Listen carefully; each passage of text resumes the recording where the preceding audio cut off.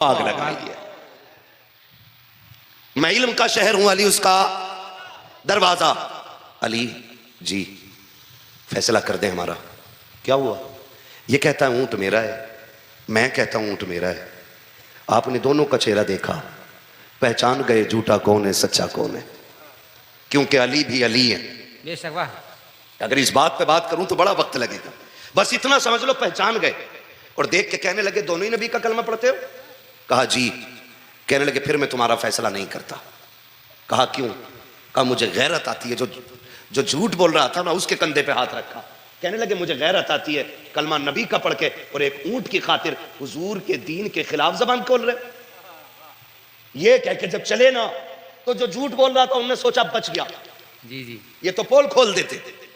लेकिन जिसका ऊंट था वो दौड़ा और उसने जाके हजरत अली का दामन पकड़ लिया। कहा अली ऊंट मिले ना मिले तेरा दामन ना छूटना। वाह वाह बेशक वाह सुभान अल्लाह बेशक। अली तू नाराज ना हो। हजरत अली फरमाते फिर नाराज क्यों ना हो, क्या तूने नहीं देखा कि नबी का कलमा पढ़ते हुए झूठ बोल रहा है बंदा। उसने कहा अली मैं सच कह रहा हूं ऊंट मेरा है। हजरत अली ने कहा फिर निशानी बता। उसने कहा निशानी यह है कि मेरा ऊंट ज़िबा किया जाए, इसकी खाल उतारो, इसकी बोटियों के टुकड़े करो, फिर इसका जिगर निकालो, दिल निकाल के उसके बीच में से 2 टुकड़े करो। अली अगर दिल के बीच में जख्मों का निशान है तो ऊंट मेरा है, वाह बेशक। और अगर जख्म का निशान नहीं है तो फिर ऊंट उसका है, फिर मैं इसकी पूरी कीमत उसको दूंगा। हजरत अली ने फरमाया कंबर जल्दी कर, ऊंट ज़िबा किया जाए।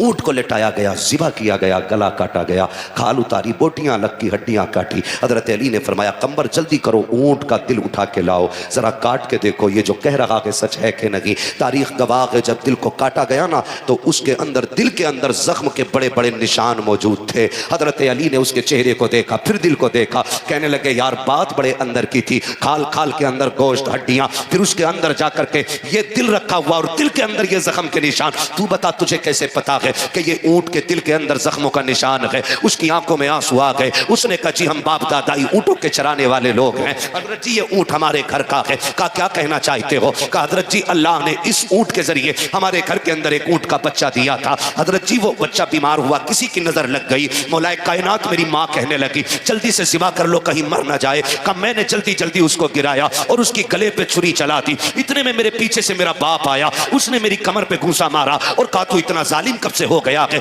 मैंने कहा अब्बा ज़िबा करना हमारी शरीयत ने इजाजत दिया है, इसलिए इसका गला काट रहा हूं। मेरे बाप ने कहा जालिम, मैं इसको ज़िबा करने पे नहीं डांट रहा। कहा फिर। कहा मैं इस बात पे डांट रहा हूं हमारे नबी का दीन ये है कि अगर ऊंट के बच्चे को ज़िबा किया जाए तो ऊंट को छुपा दिया जाए, अगर बकरी को ज़िबा करो तो उसके बच्चों को दूर कर दो, बच्चों को ज़िबा करो तो उनके माँ को दूर कर दो। कहा तू देख नहीं रहा है जब तूने इस बच्चे के गले पे छुरी चलाई है तो ऊंट की आंखों में आंसू के बजाय खून आ गया है। क्या तुझे नहीं पता है कि ये जानवर का बच्चा है, लेकिन इसके कत्ल का दर्द, इसके मरने का दर्द इसके बाप को इतना हुआ कि इसकी आंख में आंसू की जगह खून आ गया है। मैंने अपने बाप से कहा था अब्बा जी आंखों में खून क्यों। कहा तू नहीं जानता कि जब बेटे बाप के सामने कटते हैं तो आंखों में खून निकल आता है और वो आंसू नहीं होते बल्कि जिगर में पड़ने वाले छालों का लहू होता है। कहा मेरे बाप ने बताया था इसके जिगर के अंदर छाले बने, जब वो फूटे गए तो वही आंसू बन के निकले गए। आज तक मुझे वो बात याद है, इतना सुनना था। मौलाए कायनात कहते हैं कोई जाए मेरे हुसैन को बुला लाए,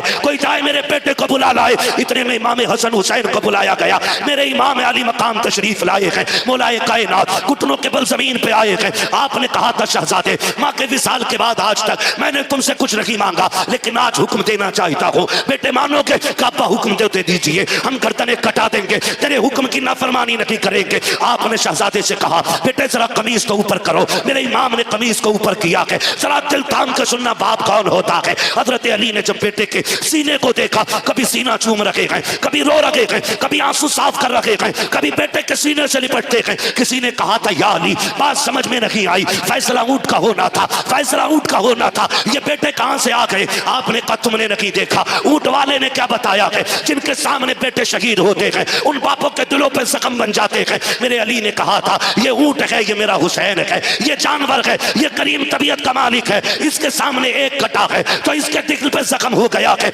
मेरा हुसैन तो वो है जिसके सामने अकबर के भी तीर लगेंगे, असगर भी शहीद होंगे, अब्बास भी होंगे। मैं इसलिए चूम रहा हूं, कल जब ये सब शहीद होंगे उस वक्त मेरे हुसैन के दिल का हाल क्या होगा। आज मैं इसलिए चूम रहा हूं कि कल हुसैन को कोई चूमने वाला नहीं होगा। आज इसलिए चूमा है ताकि जब कल दुख आए, आज अली के लबों का बोसा करबला में हुसैन के कलेजे की ठंडक बनता ना।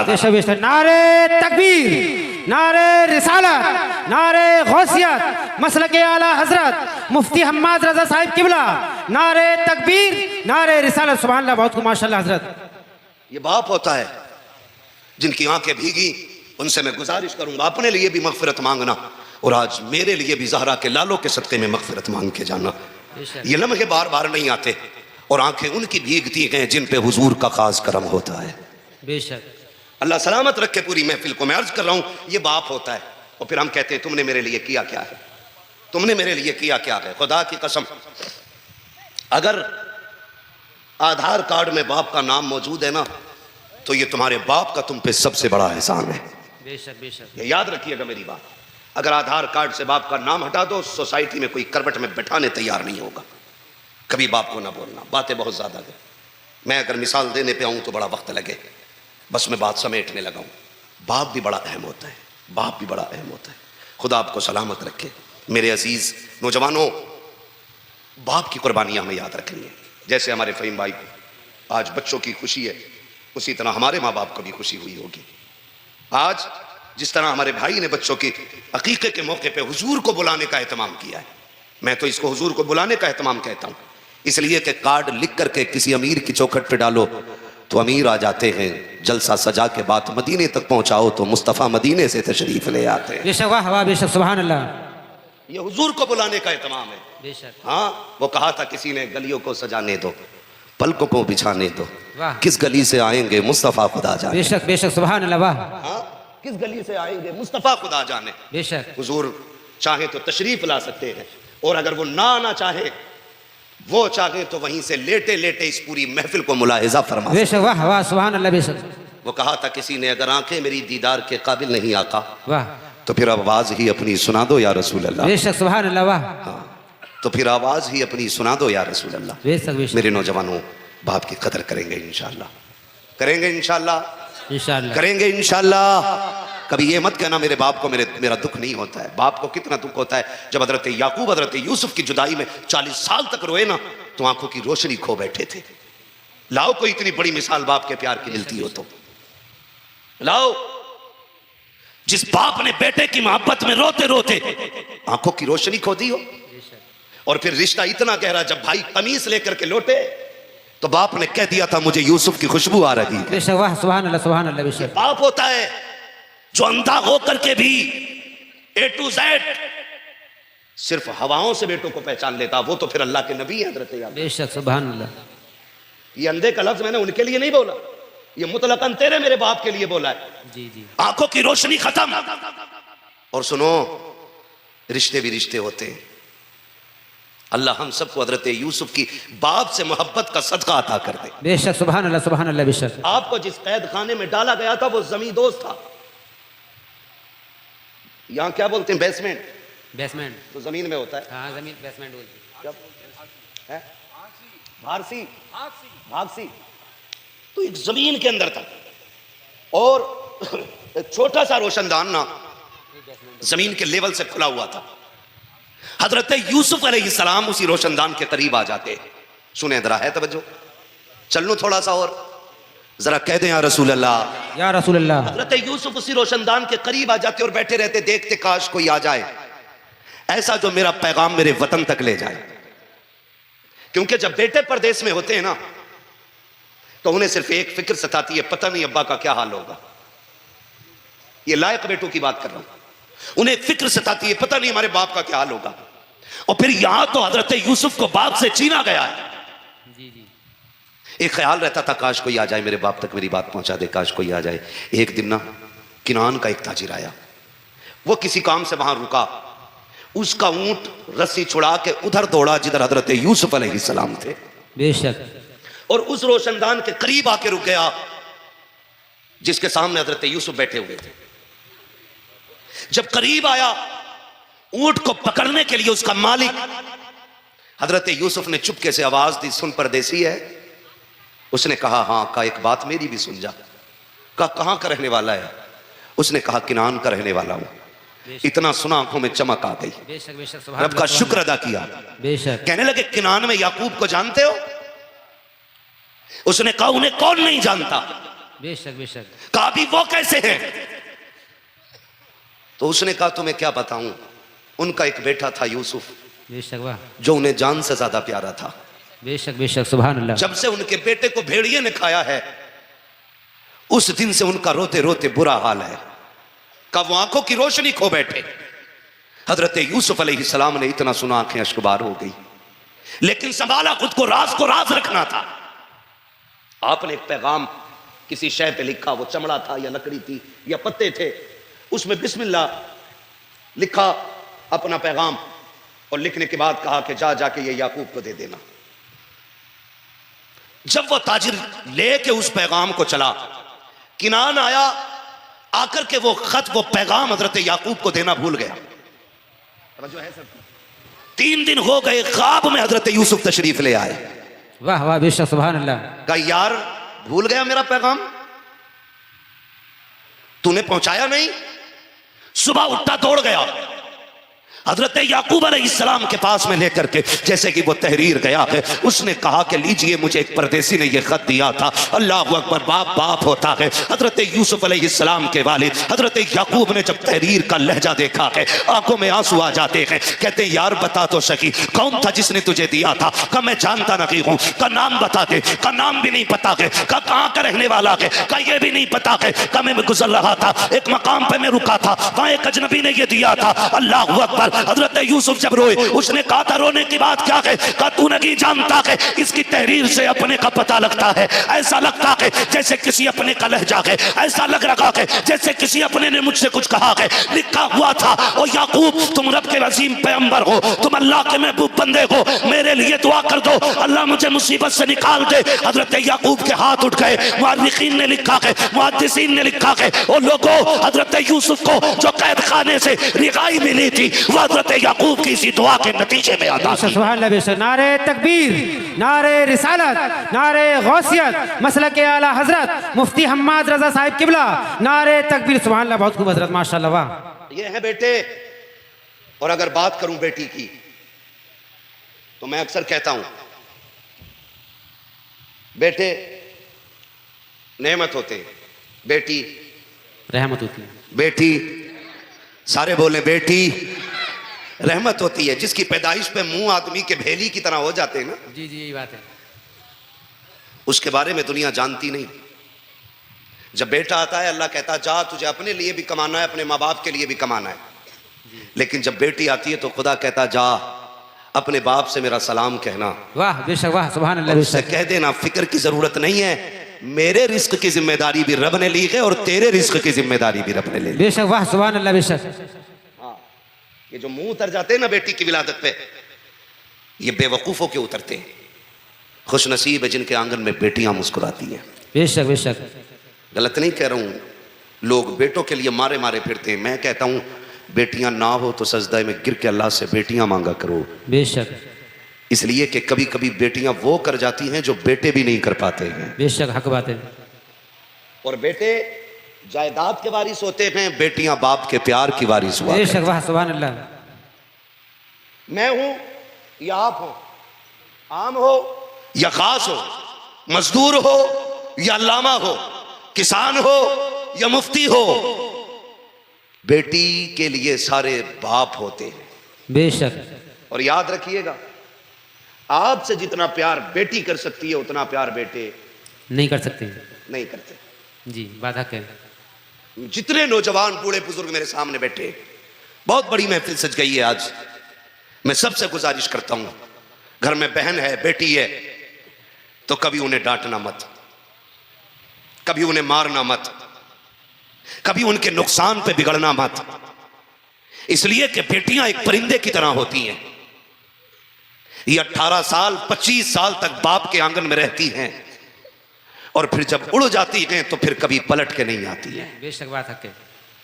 आज लड़ती है ना, सगे भाई से लड़ जाती हैं, चादर मैली कर दी, अभी पोछा लगाया था, जूता पहन के कैसे आ गया। बहनें तकिए के लिए लड़ जाती हैं, पहली रोटी के लिए चिमटा फुकनी लेके दौड़ जाती हैं।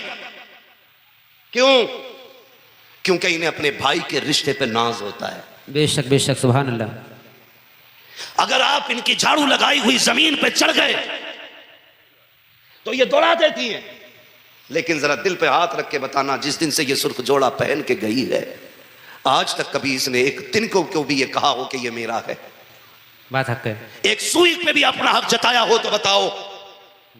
ये बहनें इतनी बावफा होती हैं कि जब तक घर में रहती हैं नौकरानी भी बन जाती है, मालकिन भी बन जाती है, मिस्त्री भी बन जाती है, कारीगर भी बन जाती है। 18 साल बिना किसी लालच के तुम्हारे कपड़े धोती रही, तुमसे कभी उजरत नहीं मांगी, तुम्हें वक्त पे गर्म रोटियां खिलाती रही, तुमसे कभी कीमत नहीं मांगी, वक्त से पहले कपड़े धो के दिए, कभी तुमसे उसकी उजरत तलब नहीं की। हाय अफसोस जिस दिन से निकाह करके ये परदेश गई है, आज जब ईद पे भी आती है, खुदा की कसम ये इजाजत का तलबगार रहती है। कोई मुझसे बैठने के लिए कहते, खुद से आज किचन के अंदर जाकर के अपने हाथ से खाना नहीं निकालती है। भाई भाभी इजाजत देगी तब जाकर ये किचन से खाना निकालेगी। आज बैठी है ये परदेशी बनके, आज बैठी है ये अजनबी बनके। तुमसे हाथ जोड़ के कहता हूं, तुम्हें खुदा का वास्ता कभी बहनों से ये हक न छीनना, कभी बहनों से ये हक ना ले लेना। बेटियों का मिल्कियत का हक इनका रब ने दिया है। अगर ये घर में आए और बिस्तर पर बैठ जाएं, इनसे कह देना तुझे इजाजत की जरूरत नहीं है, कल भी घर की मालिक तू थी,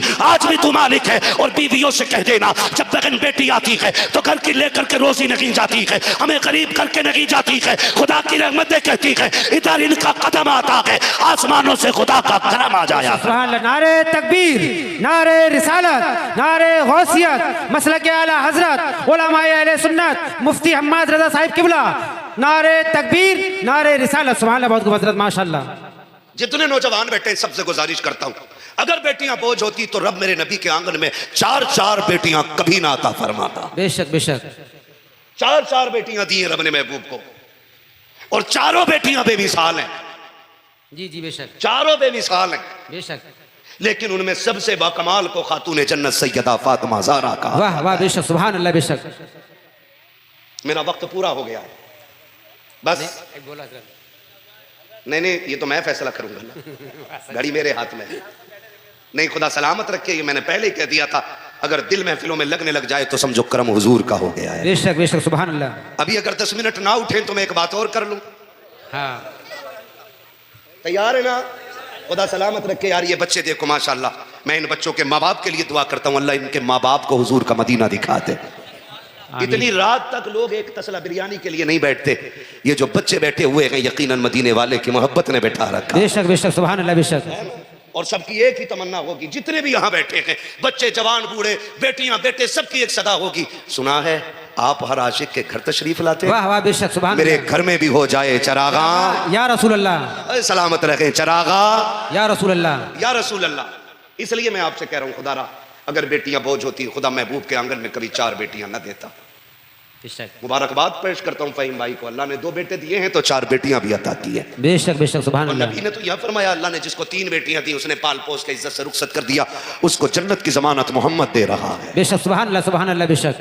वाला जन्नती, हुजूर ने कहा 2 वाला भी जन्नती, हुजूर ने कहा 1 वाला भी जन्नती। फिर वो बंदा खड़ा हो गया जिस पे बेटी कोई नहीं थी, हुजूर मैं तो महरूम हूं ना बेटी नहीं। आका ने फरमाया रब के खजानों में कमी कोई नहीं है, फरमाया तू बेटी की तमन्ना ले के दुनिया से चला जा, मैं तेरा हाथ पकड़ के तुझे जन्नत में दाखिल कर। बेशक, सुभान अल्लाह, सुभान अल्लाह, वाह। जिस बेटी की तमन्ना को अल्लाह ने इतना बाबरकत बनाया, उस बेटी के कदमों को अल्लाह ने कितना बाबरकत। बेशक, सुभान अल्लाह, सुभान अल्लाह, बेशक। बताऊं बेटी क्या है? जरा कहते सारे मिलके या रसूल अल्लाह, या रसूल अल्लाह। इतना आहिस्ता ना बोलो कि कहीं पुलिस पकड़ के ना ले जाए। डर के तो नहीं बैठे ना? नहीं बैठे ना? किसी के बाप के हिंदुस्तान में नहीं, ख्वाजा पाक के हिंदुस्तान में रहते। वाह वाह, बेशक, सुभान अल्लाह, सुभान अल्लाह, बेशक बेशक, हक है। सभी का खून है शामिल यहाँ की मिट्टी में, किसी के बाप का हिंदुस्तान थोड़ी है। बेशक, वाह। फिर बोले मचल के या रसूल अल्लाह, या रसूल अल्लाह। नात खानी मौत भी हमसे छुड़ा सकती नहीं, कब्र में भी मुस्तफा के गीत गाते जाएं। बेशक बेशक, सुभान अल्लाह, सुभान अल्लाह, बेशक, वाह। के सारे लोगों को सुने बेटी क्या होती है। करबला की जमीन है, मुहर्रम की 10 तारीख है, 71 शहीद हो चुके हैं, 72वें की बारी है। दुनिया उस 72वें शहीद को हुसैन कहती है।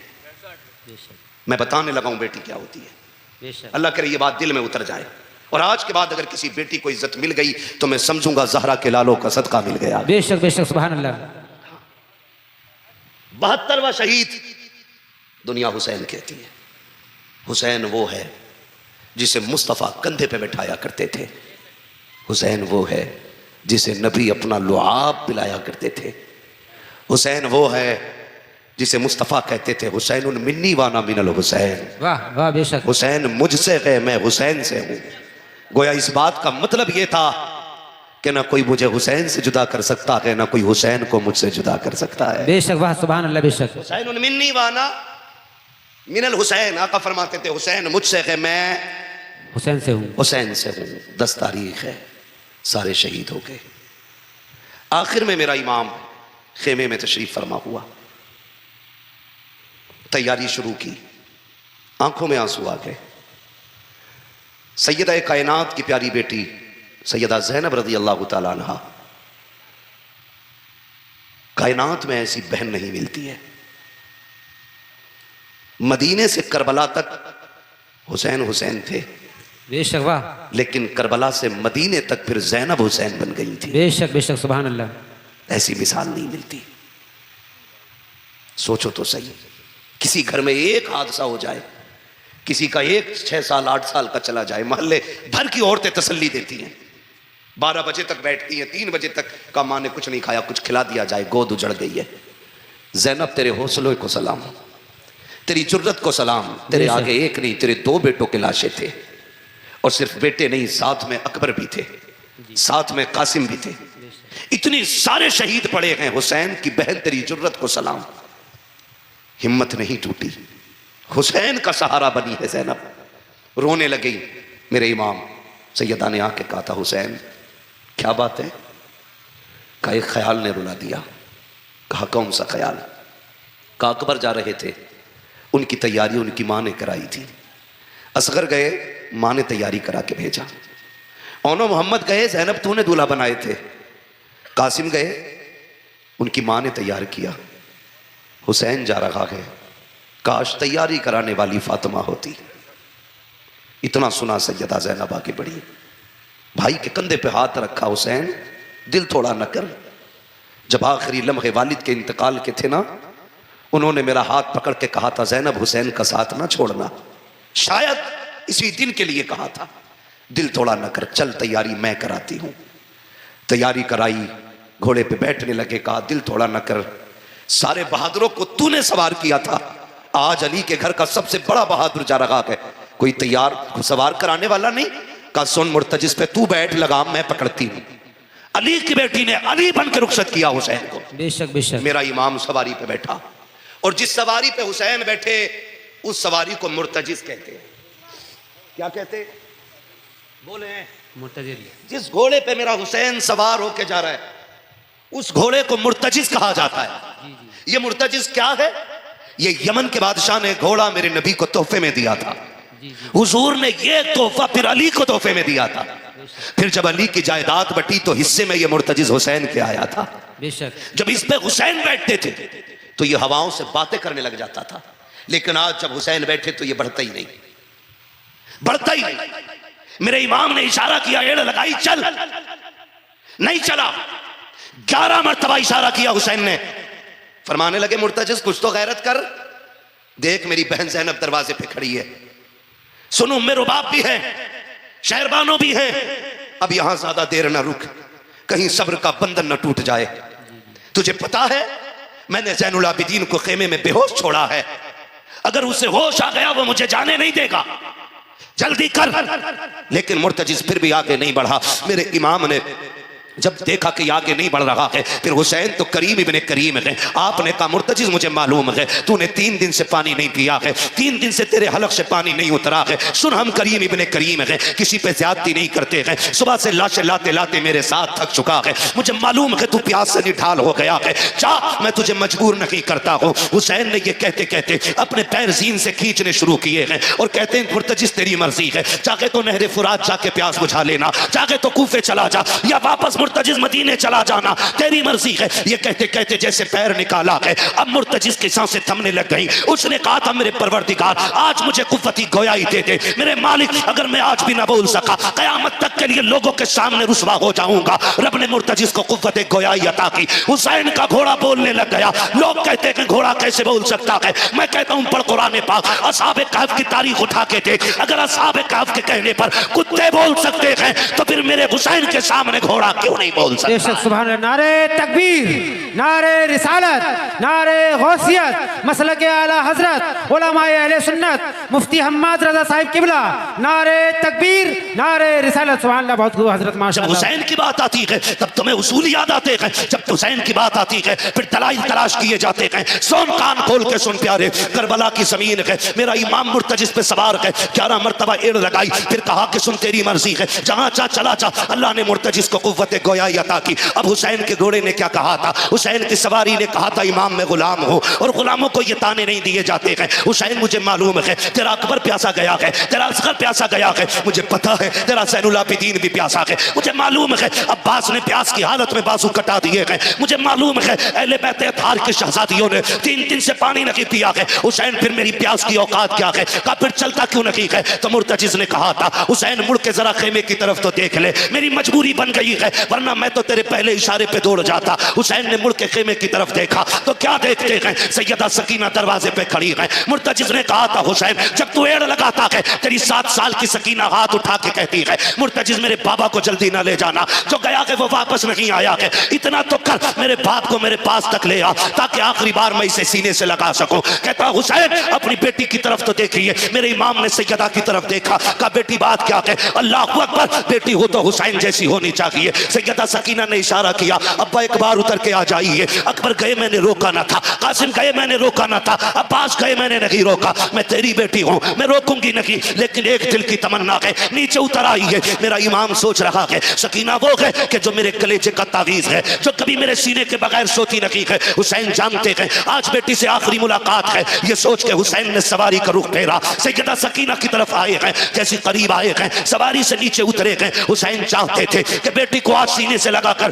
गोद में उठा के जी भर के प्यार करेंगे, लेकिन बेटी बेटी हुआ करती है। जैसे मेरे इमाम ने बाजू फैलाए हैं हजरत सकीना ने हाथ जोड़ दिए, अब्बा ये ना कर, सुबह से 71 लाशें उठा के तेरे बाजू थक गए हैं, मैं बेटी हूं तेरी, मैं अपना बोझ उठा करके तुझे परेशान नहीं करूंगी, मेहरबानी कीजिए। अब्बा ऐसे झुक जाइए जैसे नमाजी रुकू में आता है। मेरा इमाम हालत रुकू में आया है, वो बेटी बेटी होती है। बेटी ने बाप के गले में यूं बाजुओं की माला बना कर डाली है। उसके बाद कहा था अब्बा अगर मेरा कद बड़ा होता मैं तुझे झुकने की तकलीफ ना देती। जैसे मेरा इमाम हालत रुकू में आया है, हजरत ज़ैनब हजरत सकीना ने बाप की पेशानी को चूमा। हुसैन खामोश है। अब बेटी के रिश्ते देखो, बेटी दाना रुखसार चूम रही है, हुसैन खामोश है। बाएं रुखसार को बेटी ने चूमा, हुसैन खामोश है। बाप के लबों को बेटी ने चूमा, हुसैन खामोश रखे। गले को बेटी ने चूमा, हुसैन खामोश रखे। लेकिन जब हुसैन की सकीना ने बाप के सीने को चूमा था अब हुसैन बर्दाश्त न कर सके। कहते बेटी बता तो सही इतना प्यार क्यों कर रही है। हजरत सकीना ने कहा था अब्बा जी क्या हो गया,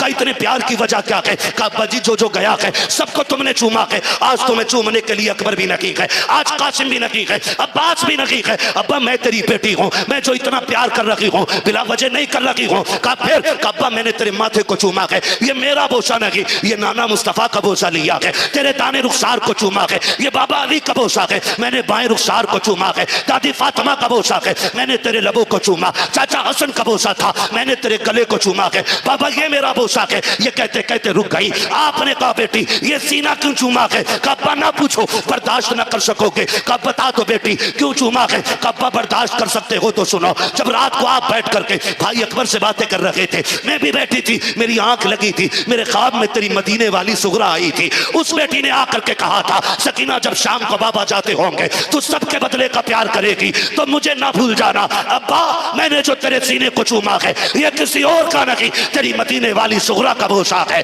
मेरे हुसैन ने बेटी को सीने से लगाया, कहा बेटी मैदान महशर में मुलाकात होगी, तारीख गवाह है। मेरे हुसैन ने सजदे में सर रखा और ऐलान किया ओ लोगों याद रखो बातिल कितना भी ताकतवर हो डरना नहीं है, कटने वाले हारा नहीं करते, अक्सर कटने वाले खुदा की रहमतों से जीत जाया। नारे तकबीर, नारे रिसालत, नारे गौसियत, मसलक आला हजरत, उलमाए अहले सुन्नत, मुफ्ती हम्माद रजा साहिब किबला, नारे तकबीर, नारे रिसालत। सुभान अल्लाह, बहुत खूब हजरत, माशाल्लाह, बहुत खूब हजरत, ये बहुत होती अच्छा है पैगाम। बेटी, इसे कहते हैं बेटी।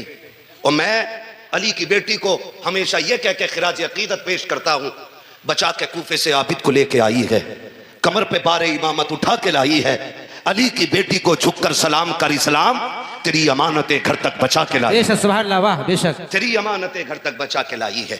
हाँ,